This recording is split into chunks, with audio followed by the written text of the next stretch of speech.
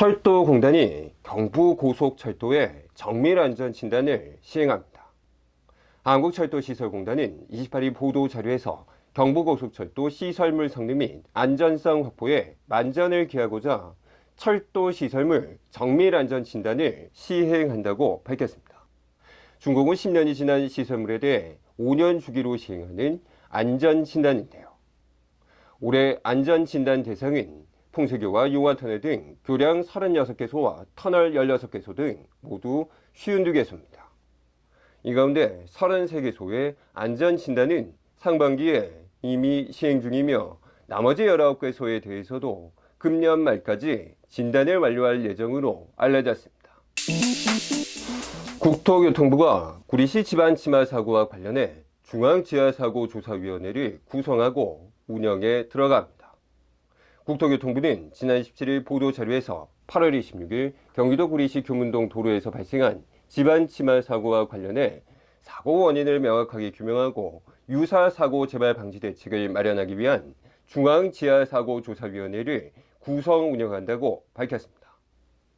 보도자료에 따르면 정춘기 서울대 교수가 위원장을 맡게 돼 이번 위원회는 산학은 전문가 8명으로 구성돼 이달 28일부터 10월 30일까지 활동할 예정인데요.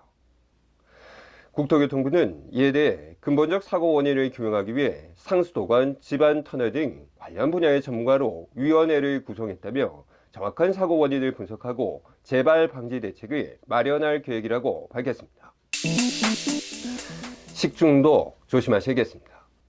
28일 시각처와 기상청들이 운영하는 식중독 예측지도 사이트에 따르면 이날부터 30일까지 전국의 식중독 지수가 위험 단계를 가리켰습니다. 오늘과 내일은 100점 만점 중에 90점으로 모레는 87점으로 식중독 발생 가능성이 매우 높게 나타나는데요. 식약처는 이에 대해 식중독 예방에 각별한 경계가 요망된다며 설사, 구토 등 식중독 의심 증상이 있으면 의료기관을 방문해 의사의 지시를 따라야 한다고 당부했습니다. 식약처는 또 식중독 의심 환자는 식품 조리 참여를 즉시 중단해야 한다고 덧붙였습니다. 보건군이 저소득층의 전기요금 사각지대를 발굴하고 나섰습니다. 보건군은 27일 보도자료에서 연일 지속되는 폭염이 장기화함에 따라 전기료 감면을 받을 수 있으나 미처 못 받고 있는 요금 감면 사각지대 대상자를 31일까지 집중 발굴한다고 밝혔습니다.